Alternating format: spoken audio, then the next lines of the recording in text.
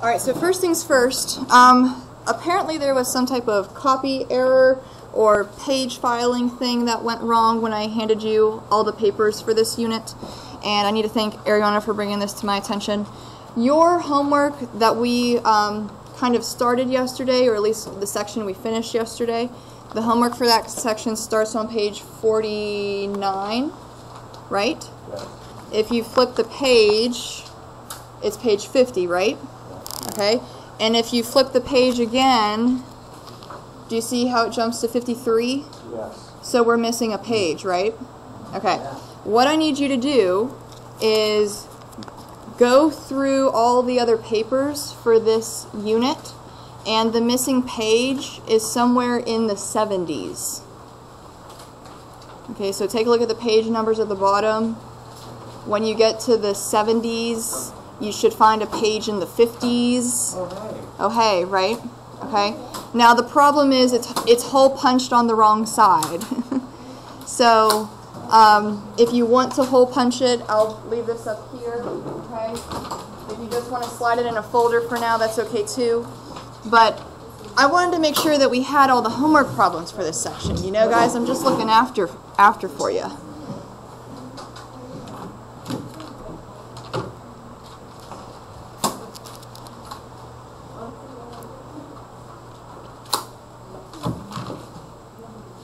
Alright, so make sure that you file that paper in the correct spot.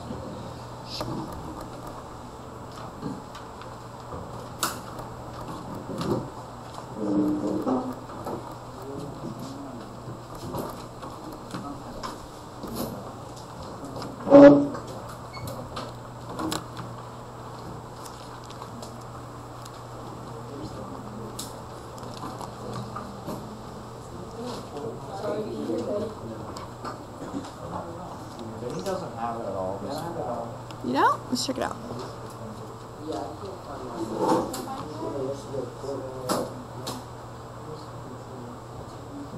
Oh, you actually have it in the right spot. You just have to hole punch on it.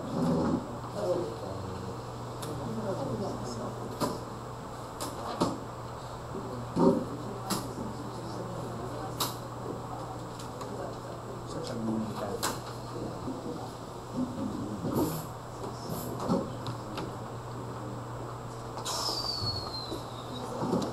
Alright, so now that we have that corrected, are there any questions on the homework that you guys want to double check or go over or try together? Hopefully we tried some last night. Remember, the odd solutions are online, so you can check those, but I want you to give the even ones a shot.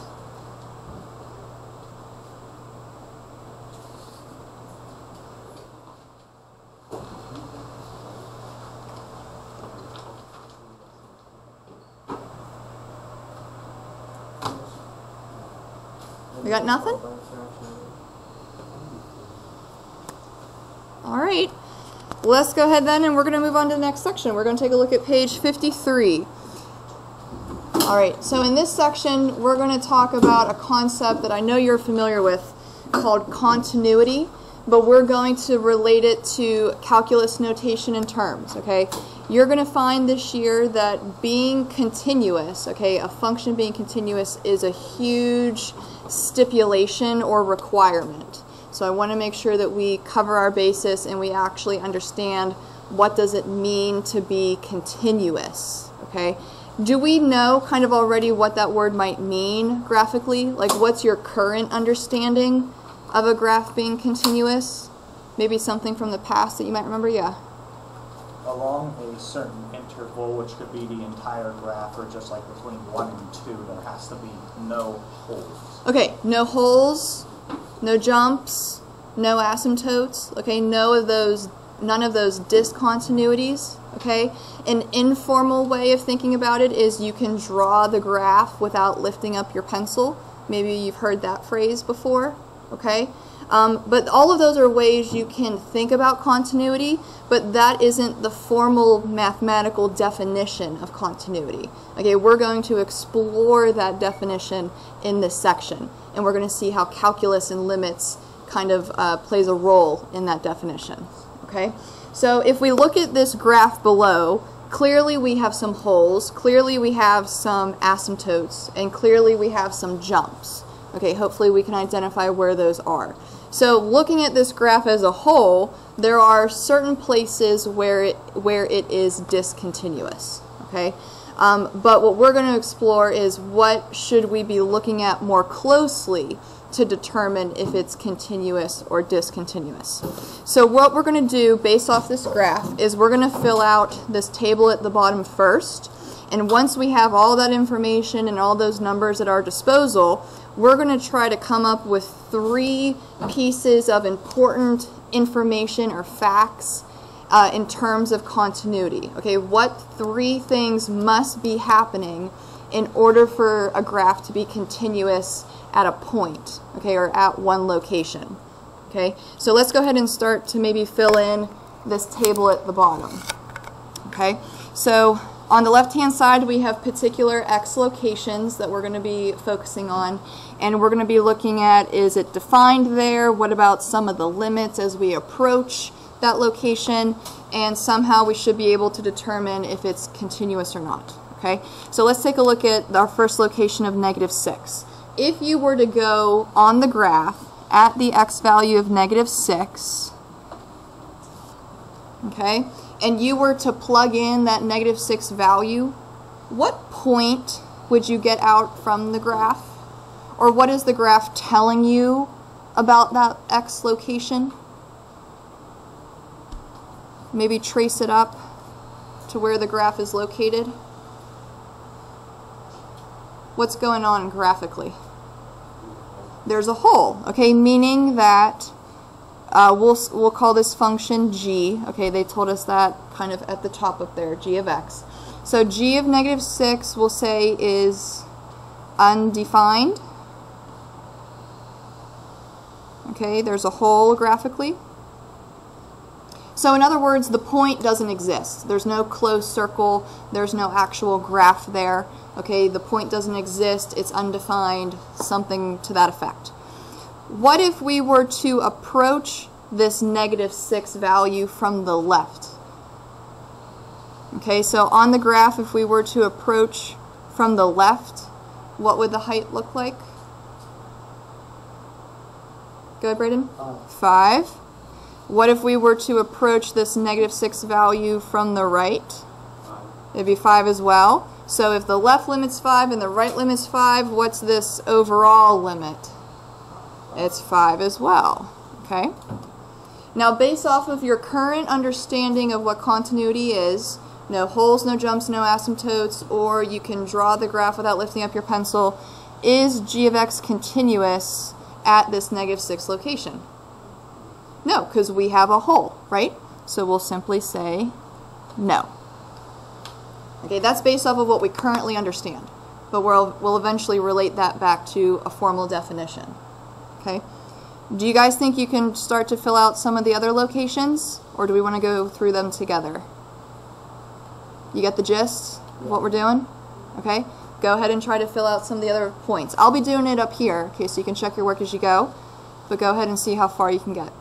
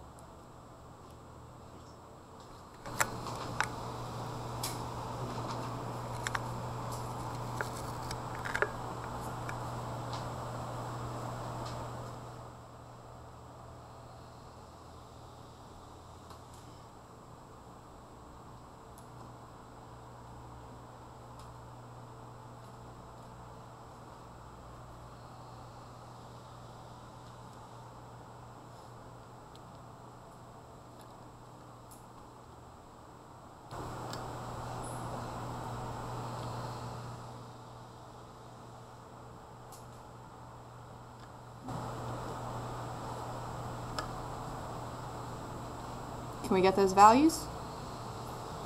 Pretty good? All right. So with all of this information, we have some points that are considered discontinuous where you said no, and we only have one point that is continuous. So I want us to think about, in terms of analyzing the point and analyzing the limit, what must be happening in order for the graph to be continuous? How must the point relate to the limit in order for you to be able to draw it without lifting up your pencil? Yeah.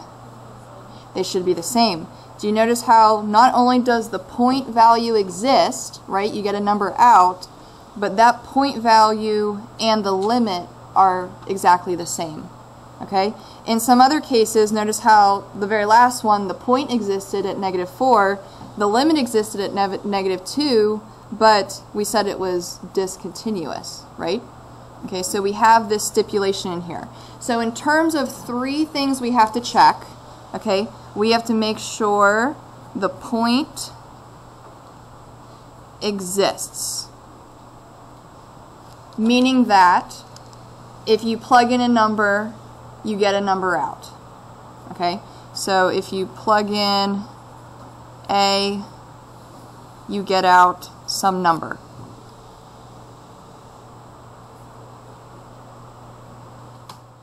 Okay, so the point must exist.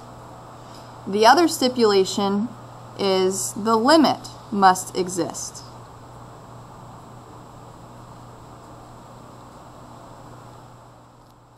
So instead of plugging in that point of A, we need to analyze as we approach A from the left and the right,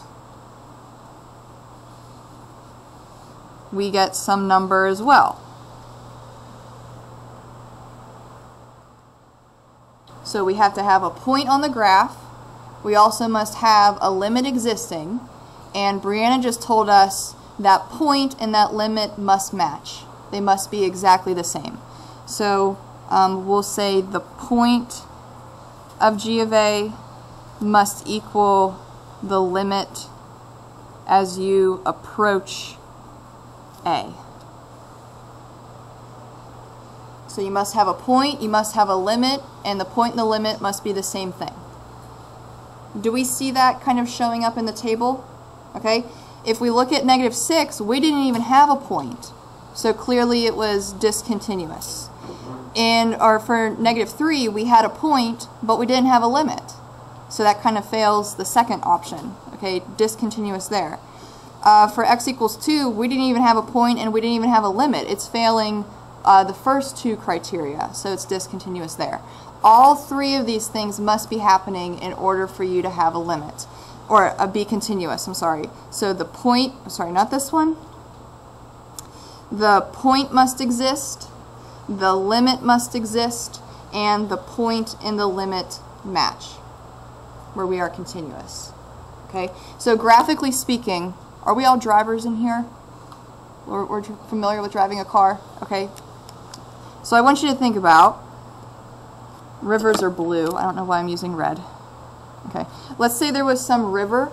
Okay. So as a visual, a way for you to help kind of remember this, the only way you can cross a river with a car is by going over a bridge. Unless you have like some crazy helicopter or whatever to get you over. Okay. So we're going to have to cross this river on a bridge. In order for you to cross the river, okay, not only must the bridge exist, okay, but you need to have the road coming into the bridge from both sides, right? If the bridge is here and the road is up there, are you going to be able to cross that river? No. So notice how not only must the bridge exist, okay, that's kind of like your point, and not only must the road exist, okay, that you're going to drive on, but the bridge and the road, meaning the point and the limit, must match up. Is that a good visual? Can we see that? Okay, so the bridge exists, the road exists, and the bridge equals the road. Okay, they meet up perfectly. I think that's a good example to make sense of this continuity business. Okay, so you're used to using the definition, no holes, no jumps, no asymptotes. You can draw it without lifting up your pencil. Okay, those are good ways to think about it, but the formal definition of continuity involves these three pieces. Okay, so when it comes time to actually check continuity, explain continuity, we're going to have to check all three of those ideas. Okay, so we're no longer going to say you can draw the graph without lifting up your pencil. That's how you can think about it. Okay, but formally, mathematically, calculus-wise, we're going to have to check these three things. Okay, so that's what we're going to try on the back. Okay, so we have a graph again, a little different one. We have several x values where the function is discontinuous. Maybe you can identify where those holes and jumps and asymptotes are. But for each of the following ones, we're only going to focus on three of them. We're going to use the three-part definition of continuity, okay, those three criteria, to determine if it's continuous or not. Okay, I already know you can tell if it's continuous or not based off of a graph, but we're eventually going to move away from a graph and just look at equations. So it can get difficult if you don't have that picture anymore to determine if we're continuous or not. Okay, so let's check out this first one for x equals -8. Our first criteria that we need to check is that the point exists. Okay, you have that bridge. So if you were to plug in -8 into that graph, would you get at a point? Yes. Where's that point located? 4. We got 4. Okay, that's that closed circle. So the point exists. That's one criteria. The second criteria is that as we approach this x value of 4, or not 4, -8, sorry, from the left and the right, the limit exists. Okay, so based off the graph, if you were to approach -8 from the left and -8 from the right, does your limit exist? They're meeting up, right? Okay, what's the value of that limit? -5. Okay, so the first criteria is satisfied. We have a bridge. The second criteria is satisfied. We have a road. Are we going to be able to cross this river? What's the third criteria, the kicker? Does the bridge match the road? No. Okay, so clearly 4 does not equal -5. So graphically speaking, we can say g of x is not continuous, or g of x is discontinuous, whatever wording you want to use.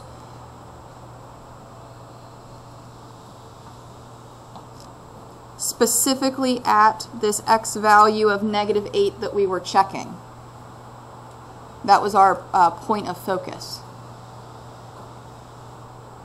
Okay, now graphically speaking, you should already know that obviously it's not continuous there because we have a hole.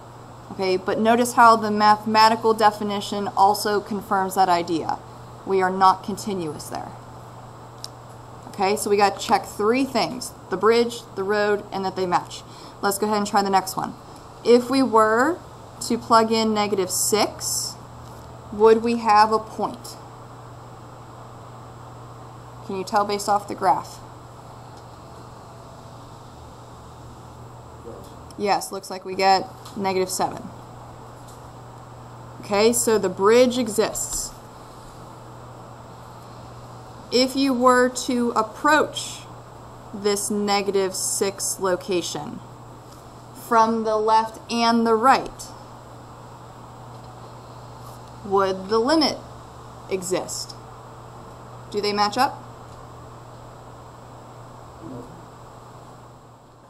You don't think if you trace, your fingers would match? They do not. No? If I trace, would Oh, they? and 6. Yeah, they Yeah, we're checking -6. Okay, this x value from the top. As we come into -6 from the left and the right, notice how my fingers would eventually match, right? So the limit exists, and the height at that point is -7. Okay, so the bridge exists, aka the point. The road exists, aka the limit. Are we going to be able to cross this river? Does the point and the bridge, does the bridge and the road match? Yeah, the bridge was -7, the road was also -7, they're matching up. So clearly -7 equals -7. Therefore, g of x is continuous at this x value of -6 that we were checking. Hopefully, graphically, it makes sense. Okay, at this point of -6, there's no hole, there's no jump, and there's no asymptote, right? Okay, that's what you're used to thinking of. But now we're getting into the formal definition. Do you guys think you can try the last one? Okay, go ahead and check out the x value of -4.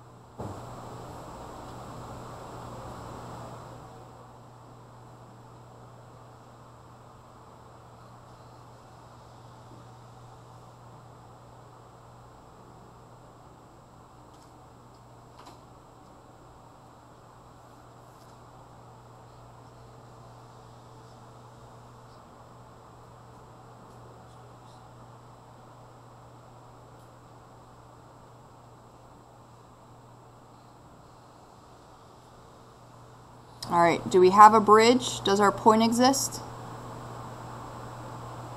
If you plug in -4, looks like you'll get out -5, right? Closed circle, okay?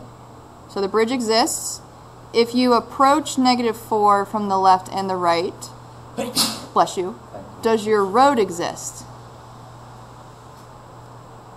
Notice from the left, we approach -5, but from the right, we approach -2.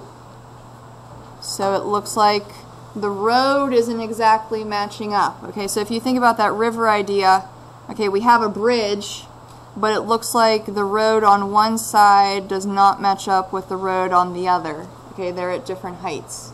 So you're not going to be able to cross this bridge. So technically we don't even have to check the third criteria, right? Because doesn't it fail the second one? Okay, so we can say g of x is not continuous at this x value of -4 we were checking. How'd you do? Pretty good? Okay, so three-part definition. We got to know it. Let's go ahead and transition now. Well, what if we don't have a graph?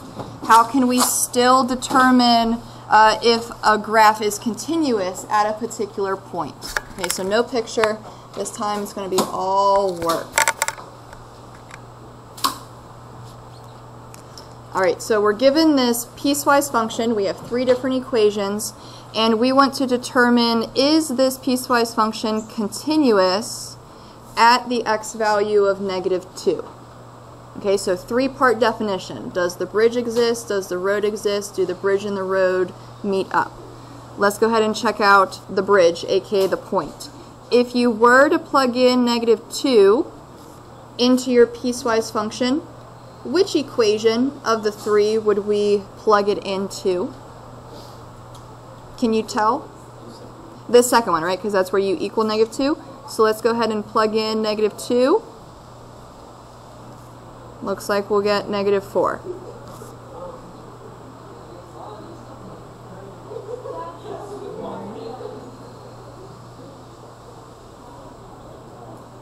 Colton, can you do me a favor and shut that? Okay, so our bridge exists. Okay, we get a point out. Let's go ahead and check to see if the limit exists. Okay, now in order to see if a limit exists, you have to check both sides. Graphically speaking, that's kind of easy because you have a picture. Okay, but in terms of an equation, especially for piecewise, we might have to use two different equations. So maybe we'll check out the left-handed limit first. If we approach -2 from the left, which of the three equations should we be checking? Can you tell based off of the domain values which one's on the left of -2? the top one. Okay, so we're going to plug in -2 into that top equation. Looks like we got -2 times the square root of 4, which ends up being -4. Okay, so the left limit is -4. We now have to check the right limit to see if they're matching up. Okay, so of the three equations, which one's showing up on the right hand side?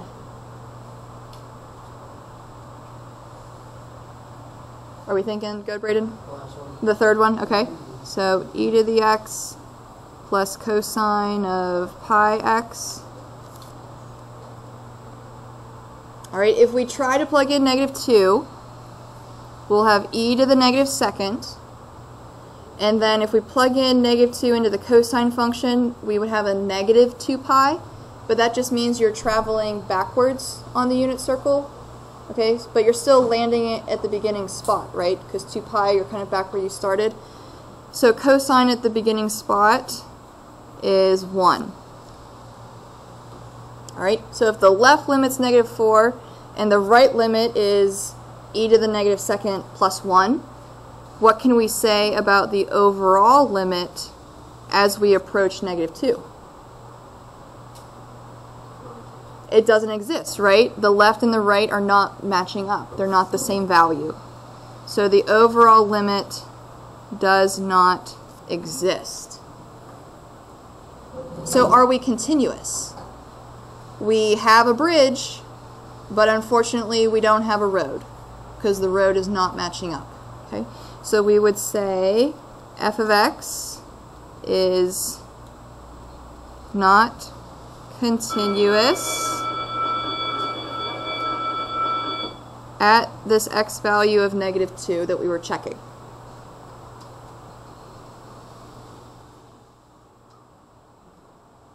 You don't even have to worry about the third piece. I mean, clearly we can kind of reason through the point doesn't match the limit, right?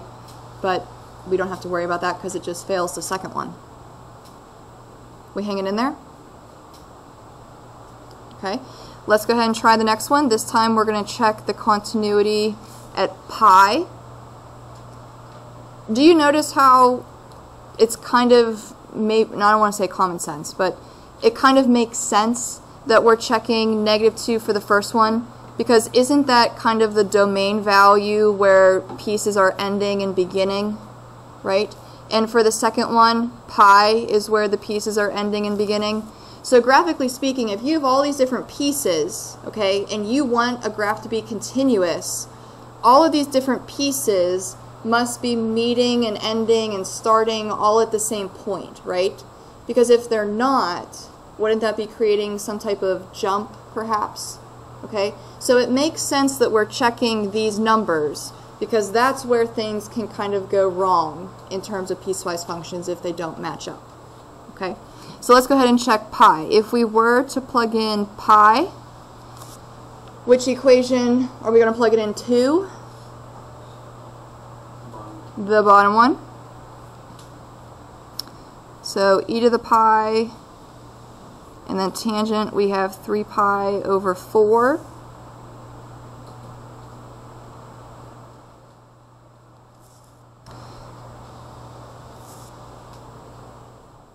All right. 3 pi over 4 is not one of the ones that you have to know. Remember, you have to know the first quadrant and then top, bottom, left, right. Okay, all those. So just for time purposes, if you were to check your unit circle, the tangent value would end up being -1. So it looks like the bridge does exist because we get a number value out. It looks weird. Okay, -e to the pi, there's not like a single number in there, but this is essentially -2.718 to the 3.14. Okay, we have all those irrational symbols. Okay, so the bridge exists. Let's go ahead and check out, does our limit exist? We're going to have to check out both sides of this pi, so let's approach pi from the left. Based off of our piecewise function, that would be the first equation.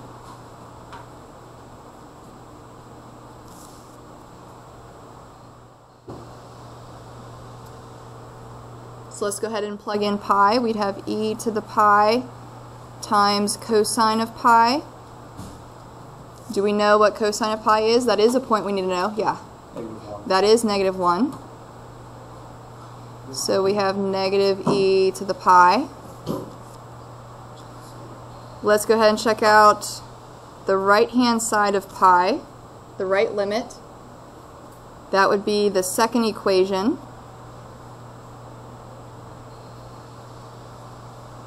Do we already know what we would get out if we plug in pi into that one? Didn't we figure that out before? Okay. So if the left side is negative e to the pi and the right side is negative e to the pi, what can we say about the overall limit? It exists, and not only does it exist, but it's e to the pi, or negative e to the pi. Yep. Okay. So the point exists, aka the bridge. The road exists, aka the limit. Our third kicker, does the point match the limit? Does the bridge and the road meet up? Yes. So mathematically speaking, the point at pi is equal to the limit as you approach pi. Okay, that's what this is telling you. The point is the same as the limit as you approach that point. So we can say g of x is continuous at that x value of pi we were checking.